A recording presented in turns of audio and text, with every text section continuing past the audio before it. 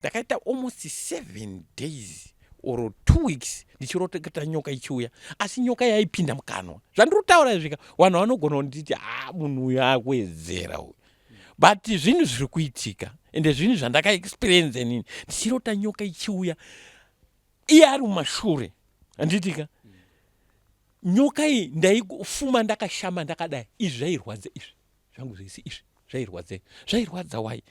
Nyoka iyi yaitraya kupinda mandiri, handitika yapinda mandiri ndakazvimba dumbu mukoma. Ndazvimba dumbu kudaro ndopandakati 2 or 3 days ndakatanga kuita tsvina ine ropa, handitika ndaita tsvina ine ropa kudaro zvakangoganuka zvega.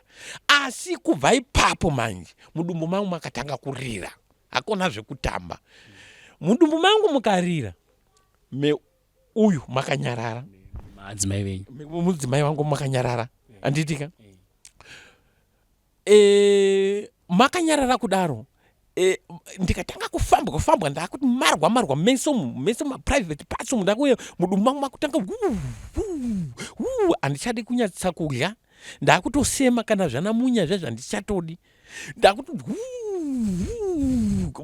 mudumbu, handitika makutondirwadza, ndakutoti nganganga dumbu sokurwadziwa nedumbu iri, handitika